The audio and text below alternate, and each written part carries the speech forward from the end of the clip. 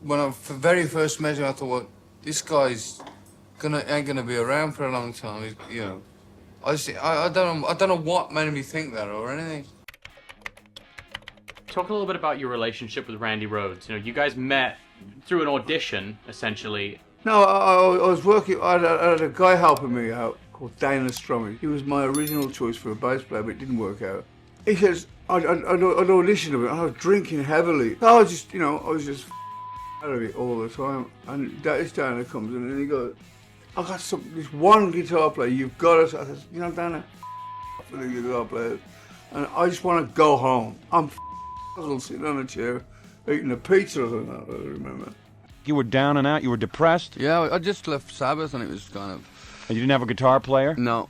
And then you had Randy. And this guy standing there with this little frail, blonde-haired kid, and literally, he was like 102 pounds wet, this guy. And he come in and I at first I thought he was a woofter at first.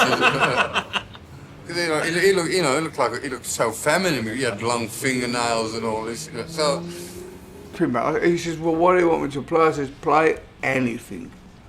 So he starts playing, and I'm like, even in my drunken, stoned out stupor, I go, "Oh, this is fucking one of the best things I've ever heard in my life. Or these drugs are really good." I hear this guy playing in this little amp, and I shut up and I thought. I thought I was hallucinating or something, what this guy was playing. I thought I was going to go play with a band, and I met him in a recording studio, and I just brought a tune-up amp, which is it's only very small amp.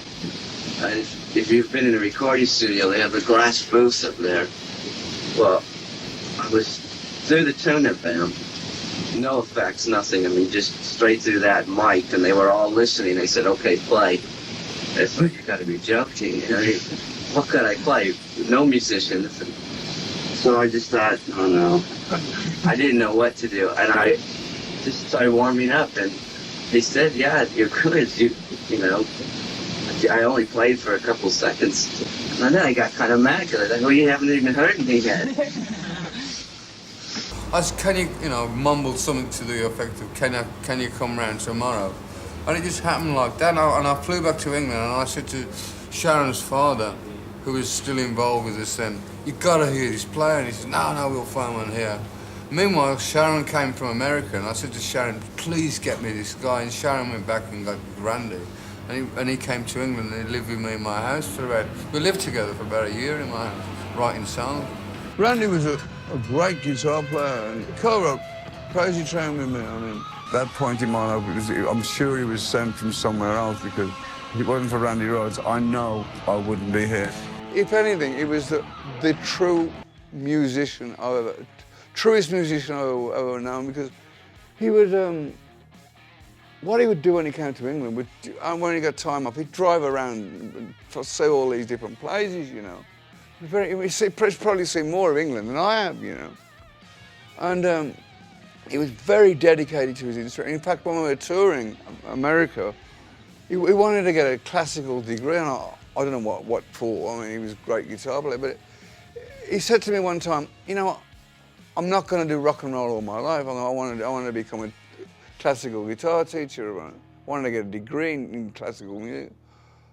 And every day off, he'd get the yellow pages, and all of us would be in the bars getting drunk and whatever. He'd have a classical lesson in his room. Randy, on behalf of the over 500,000 readers of Guitar Player magazine in the U.S. and in 70 countries throughout the world, I'd like to present you with the 1981 Best New Talent Award. Congratulations. Thank you.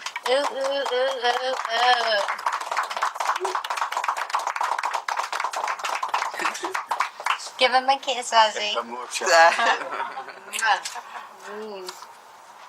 I've got a lot of work to do, and makes you realize there's a lot of responsibility. And this tour, I want to really get myself together and work harder, It's really funny that a funny feeling came to. I always remember feeling that when I very first met him. I thought, well, this guy's ain't gonna be around for a long time.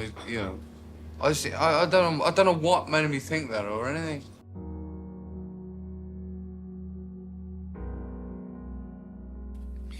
The British rock singer Ozzy Osbourne, formerly with the group Black Sabbath, escaped injury when a plane made 2 low passes over the house in Florida where he was staying with his present band and then crashed into it. But the group's lead guitarist and makeup artist were killed. Keith Hindle reports. A private plane buzzed the house in Leesburg, Florida, where the group was staying. On the 3rd pass, the pilot clipped their tour bus, parked outside, and plowed into the house, killing the group's lead guitarist, Randy Rhoads, and the makeup artist, Rachel Youngblood. He also killed himself. Ozzy Osbourne was sitting in the bus at the time, but somehow survived unhurt.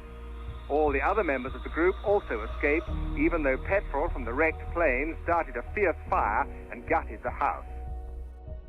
Yeah, it was a strange accident what happened to him. What happened? The bus was driving... The driver of the bus also had a pilot's license, and we had to stop off at the bus depot to get something for the bus. I think it was a jack or something. Right. And it took Randy up to take an aerial shot of the bus photograph, and I suppose he was tired from the drive, and he smacked the plane into the bus and blew up into a house. Wow.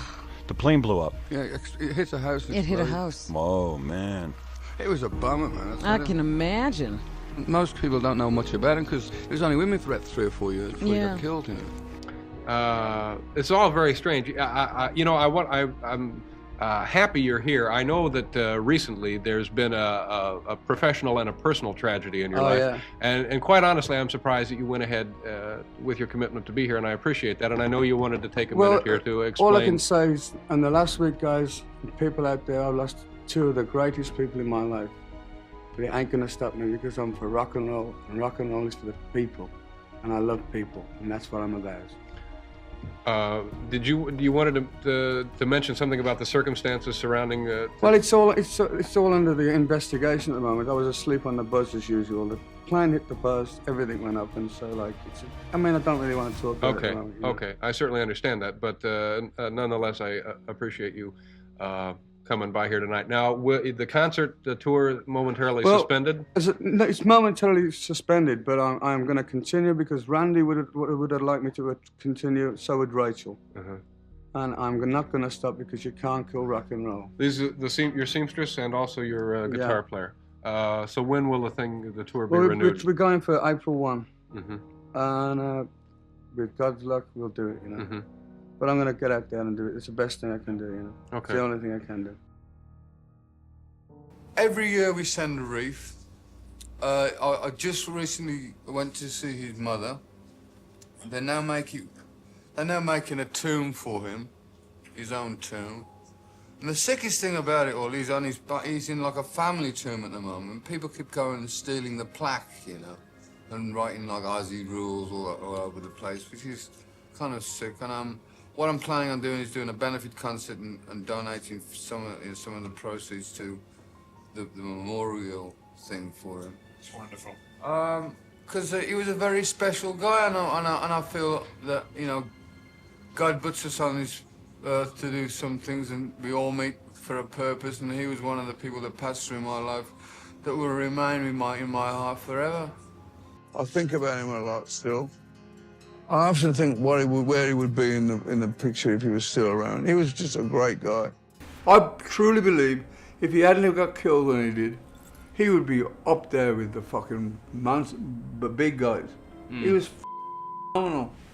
When I heard the Master of Ozzy Train, I remember the fun we had writing it and making it. And Randy Rhoads was a big part of my life, and he still is to a certain degree. I always think of him a lot. It's kind of bittersweet, if you like. Randy Rhoads died not long after that. No. It's kind of like going back to a good time, but yet a really horrible time at the same time. I only wish he would have been around for a bit longer.